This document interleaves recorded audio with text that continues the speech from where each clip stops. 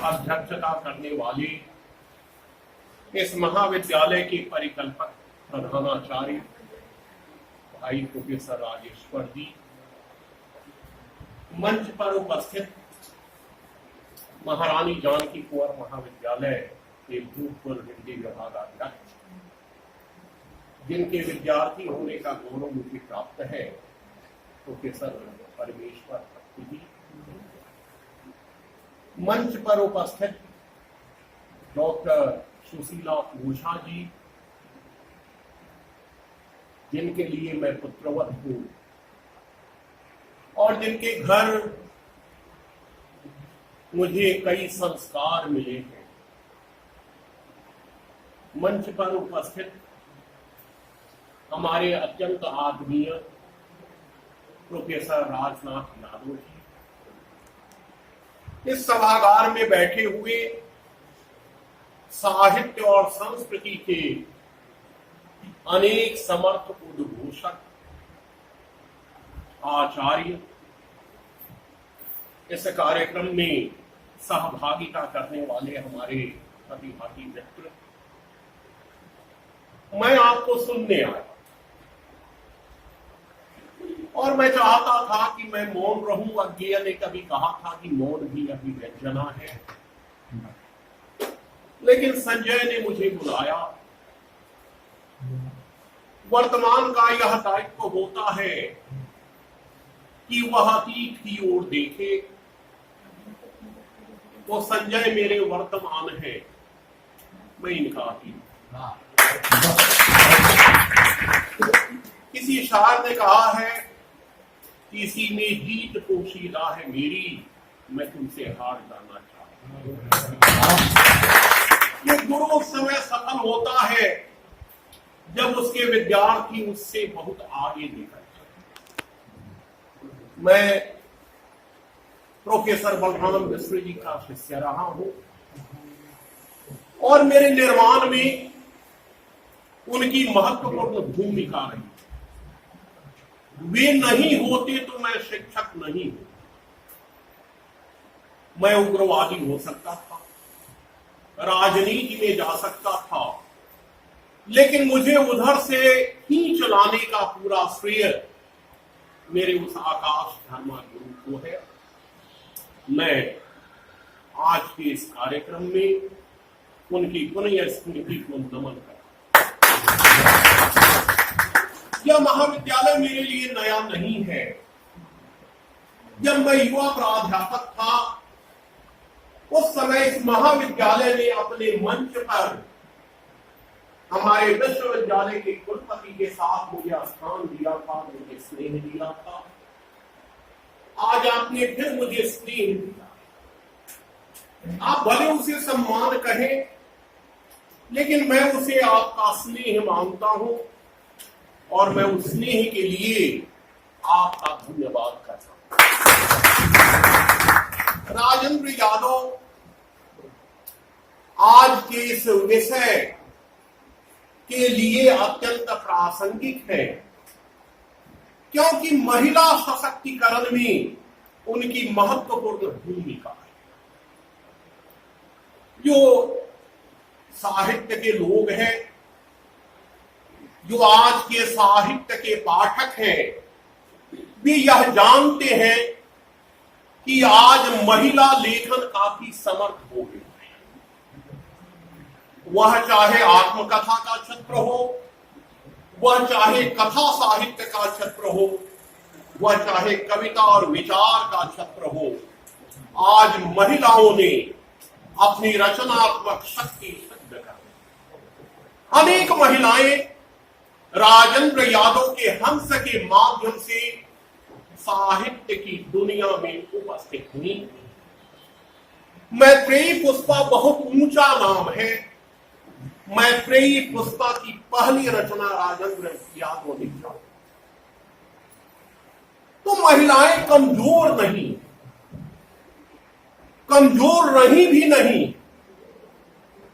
एक तो हम उन्हें कमजोर बनाना चाहते हैं और दूसरा उनके भीतर का जो संकल्प है वह जागृत नहीं है। अभी अभी मजाज लखनवी का एक शेर उद्धृत हुआ था कि तेरे माथे पे आंचल बहुत ही खूब है, लेकिन तो इस आंचल को एक परचम बना लेती तो अच्छा था। पूरी उर्दू दुनिया की एक शायरा ने, जो पाकिस्तान की प्रशासनिक सेवा में कार्यरत थी, उसने 70 साल बाद यह कहा कि मैं सच कहूंगी मगर फिर भी हार जाऊंगी, वो झूठ बोलेगा और लाजवाब करेगा। यह बोध क्यों है? आज बहू को सबसे अधिक सास सहा, सास भी महिला है। यह क्यों हो रहा है? शिक्षा की बात हुई, महारानी झांसी लक्ष्मीबाई का नाम यहां आया, लेकिन लक्ष्मीबाई की जो शक्ति थी, झलकारी बाई दलित समाज से आती थी, उसने अपनी शहादत दी। हम भूलने लगे। किसी ने कहा है कि उपेक्षा उपेक्षितों की हर युग ने की, कब हुआ न्यायदानी करद के लिए, शोषितों की व्यथा की कथा जब लिखो, याद रखना हमें उद्धरण के लिए। हम यही कर रहे हैं, जिनको मुख्य धारा में होना चाहिए हम उन्हें उद्धरण बना रहे हैं। मुझे 2 बेटियां हैं और मैं अपने आप को बहुत सौभाग्यशाली मानता हूं। एक बेटी का विवाह हो गया है, लेकिन विवाह के बाद उसने अपनी शिक्षा, उसने शोध कार्य किया, उसने नेट की परीक्षा उत्तीर्ण की, और वो मेरे विषय की भी नहीं, मेरा कोई सहयोग भी नहीं मिला। अब मैंने उसका रास्ता रोका, मैंने कहा कि जिधर जाना है जाओ, लेकिन अपनी मर्यादा का ध्यान बराबर रखना। मेरी छोटी बेटी है, वह मेरे विषय की है, मेरे विषय में शोध कर रही है, लेकिन मैंने कभी बैसाखी लगाने का काम नहीं। मैंने कहा कि स्वयं चलना, मैं आप अपनी तलाश में हूं, मेरा कोई रहनुमा नहीं है, मैं तुम्हारा रहनुमा नहीं करूंगा, मुझे चलना है। और आपके आशीर्वाद से वह हर कदम पर सफल होती, मेरे सारे काम वह करती। मुझे क्या पहनना है, क्या खाना है, यह तय मेरी बेटी का। मैं सोचता हूं कि जब उसकी शादी होके चली जाए, वह चली जाएगी, उस समय मेरा क्या होगा। तो बेटियां अत्यंत प्रिय होती हैं। माता पिता भयभीत होते हैं कि हम जिस समय में जी रहे हैं वह जैसे आदिम दौर था, पाशविकता हावी थी, उसी तरह की पाशविकता के दौर में थी। हम अपनी बच्चियों की सुरक्षा के लिए बेचैन हो, लेकिन इसके साथ एक पहलू यह भी है कि जो हमारी बेटियां हैं उन्हें अपने भीतर यह ताकत पैदा करनी होगी। मेरे साथ एक युवती शोध कार्य कर रही थी, कल्पना पत्रिका पर उसका शोध कार्य था। मैंने कहा कि तुमको हैदराबाद जाके रहना होगा, किसी को साथ ले लो ताकि ले लो, मैं स्वयं जाऊंगी। और वहां जाकर उसने शोध कार्य किया। आज वह दिल्ली विश्वविद्यालय में सहायक प्राध्यापक है। उसने अपनी शक्ति को पहचाना। हमारा वैदिक समाज समता मूलक समाज, कोई वर्ण नहीं, कोई जाति नहीं, कोई लिंग भेद नहीं। वेदों में अनेक महिला ऋषियों का उल्लेख हुआ है। लोपामुद्रा के नाम से आप सब लोग परिचित। लोपामुद्रा के सहपाठी अगस्त भी थे और परशुराम भी। दोनों प्रेम करना चाहते, दोनों प्रेम करते। लेकिन लोपामुद्रा ने सोचा कि यह परशुराम, इसने मां की गर्दन ही काटी, इसके साथ जाकर मैं सुरक्षित नहीं रहूं, तो उसने अगस्त्य का वरण लिया। लोपामुद्रा सावधान थी, आज की महिलाएं सावधान नहीं है। परसों एक छात्रा ने मुझे फोन किया कि उसकी शादी टूट रही है, मैं कुछ आर्थिक मदद करूं। मैं बहुत धर्म संकट में फंसा, साहित्य का विद्यार्थी हूं, हमारे पाठ्यक्रम में रहीम थे और हमारे एक शिक्षक यहां उपस्थित थे। इन्होंने बताया कि रहीमन वे नर मर गए जो कहीं मांगन जाए और उनके पहले भी मुंह जिन मुख निकलत ना है। तो मैं कहीं मांगने नहीं जाता हूं याचक बन के, और ना कहने में मुझे बहुत परेशानी होती है। मैंने पूछा कि तुम तो जिससे विवाह करना चाहती थी वह बिहार प्रशासनिक सेवा में चयनित हो गया है, क्या दिक्कत है? तुम लोगों की शादी तो पहले से तय थी। कहा कि शादी तो तय है लेकिन उसके पिता दहेज मांग रहे हैं, हम तो इनकार कर दो शादी से। तुम्हारा होने वाला पति क्या कहता है? कहता है कि तुम कहीं से व्यवस्था करके दे दो, मैं कमा के लौटा दूंगा। तो यह मानसिकता, आपको विद्रोह करना होगा, आपको जगना होगा, आपको कोई जगाएगा नहीं, क्योंकि हमारा समाज सुविधा भोगी समाज है। आप सुविधाएं उपलब्ध कराती हैं और हम सुविधाएं लेने के अभ्यस्त हो गए, इसलिए जगना आपको होगा। नारी का एक रूप है जिसे देवी कहा जाता है। अभी अभी हुआ कि देवी नहीं रहने दो, मैं भी मानता हूं एक लोक कथा है।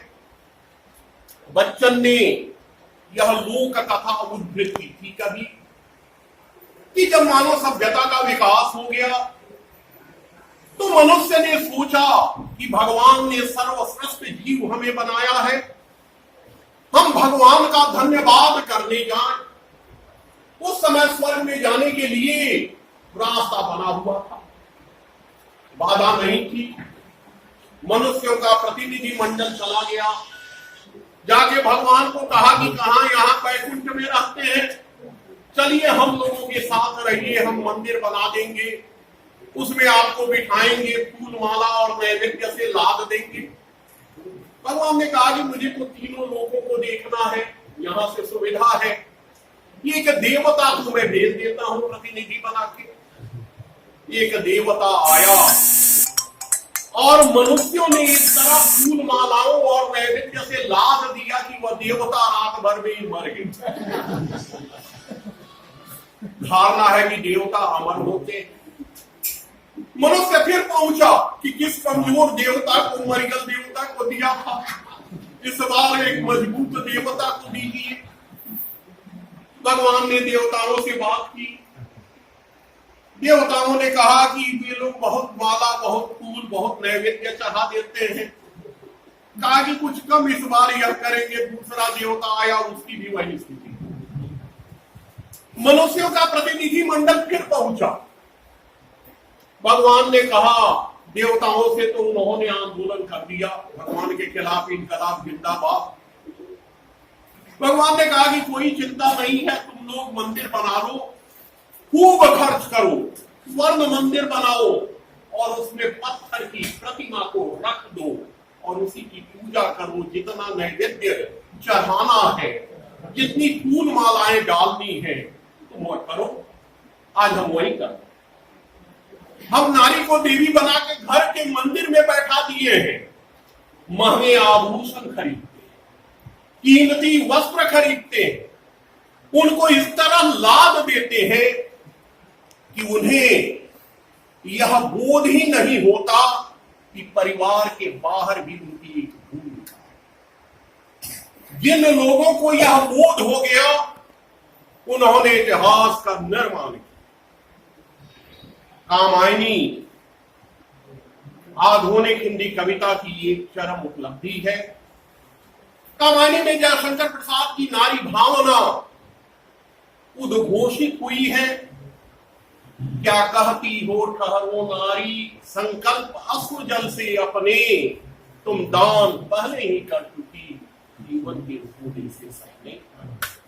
मेरी माँ ने रक्त स्नान करके मुझे अपने गर्भ में नहीं रखा होता तो मैं यहां नहीं।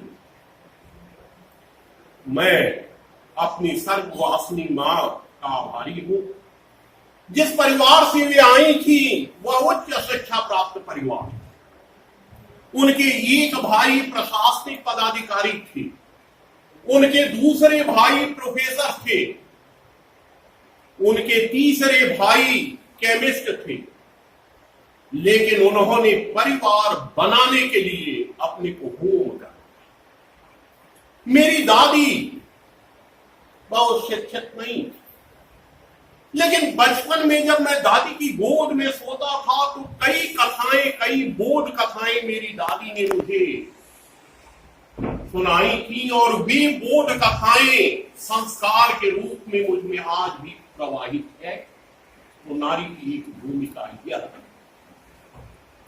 यह भूमिका महत्वपूर्ण भूमिका है। जो त्याग करता है भले इतिहास उसे विस्मृत कर दे, लेकिन उस त्याग से ही यह सृष्टि विकसित। नारी विमर्श का अर्थ यह नहीं है कि आप इनकलाबी हो जाएं। नारी विमर्श का अर्थ यह नहीं है कि आप अपनी परंपरा के सारे गौरवशाली मूल्यों को भूल जाएं। नारी विमर्श का मतलब यह है कि पुरुषों के समानांतर उनके समक्ष आप भी अपनी शक्ति को सिद्ध करें। जो शक्ति आपके भीतर खोई हुई है उसे जागृत करें और आप यह कर सकते। इसमें कहीं कोई रुकावट, कहीं कोई संकोच नहीं है। पहले आप खुल जाए।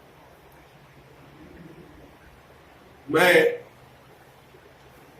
उच्च शिक्षा से संबद्ध हूं और मैं देख रहा हूं कि इधर नामांकन जो हो रहे हैं उसमें छात्राओं का प्रतिशत काफी अधिक है। पहले मनोविज्ञान और गृह विज्ञान में अधिक छात्राएं दिखती थी। अब हिंदी जैसे विषय में 85% से अधिक छात्राएं नामांकित होती। यह जागरण नहीं तो क्या है? आपके अभिभावक ने आपको घर के बाहर नहीं निकलने दिया है तो नामांकन कैसे हुआ? लेकिन वह नामांकन और वह उच्च शिक्षा उस समय तक आपके लिए सार्थक नहीं है जब तक आप अपने भीतर की शक्ति को नहीं पाते। हमारे यहां अनेक दर्शन विकसित हुए हैं। कामायनी में कश्मीरी शैव दर्शन और उसका भी प्रत्यभिज्ञा विधान है। प्रत्यभिज्ञा क्या है? अपनी पहचान है। जो शिव है वही जीव है। आप अपनी पहचान का संकट है। तो मुझे लगता है कि आज जो दहेज हत्याएं हो रही हैं, आज जो स्त्रियों का शोषण हो रहा है, इसके पीछे स्त्रियों का भय है या कई ऐसे पुराने मूल्य जो परंपरा के नाम पर हम पर थोप दिए गए हैं, उनका प्रभाव है। हमारा मिथक है कि राम जी वन जा रहे हैं, बीच में सीता जी हैं और उनके पीछे लक्ष्मण जी धनुष बाण ले। माने पति आगे है और पीछे एक बड़ी गार्ड भी, तब सीता जी जा रही। आज सीता को राम के समानांतर साथ चलना होगा, पीछे नहीं। जिसका वध करना होता है, हमारे यहाँ यज्ञों का विधान हुआ। हमारे इतिहासज्ञ मित्र यहां बैठे हुए हैं। मैं इतिहास को वर्तमान से एक निरंतर संवाद मानता हूं। दिनकर ने कभी कहा था कि जब भी अतीत में जाता हूं मुर्दों को नहीं जलाता हूं, पीछे हट करते कटावार जिससे कंपित हो वर्तमान। तो हमारे यहां जो पुराने मूल्य हैं समय के अनुसार उनमें परिवर्तन हुआ है, यह भी देखना चाहिए। ज्योतिबा फूले की शादी हुई, पत्नी अशिक्षित थी, सबसे पहले उन्होंने अपनी पत्नी को शिक्षा दी और उसके बाद उनकी पत्नी ने महिला पाठशालाओं की स्थापना की और महाराष्ट्र में नारी शिक्षा का एक नया दौर शुरू। अब ज्योतिबा फूले क्यों नहीं बन रही? मेरी माता तुल्य डॉक्टर सुशीला ओझा जी यहां बैठी हुई हैं। मैं गवाह हूं कि हमारे गुरु ने इन्हें मुक्त किया था और उच्च शिक्षा के लिए उत्प्रेरित किया। इन्होंने उच्च शिक्षा प्राप्त की, कहीं कोई बाधा नहीं डाली। तो स्त्री जब पुरुष को मुक्त करती है तो वह इतिहास बदलता है।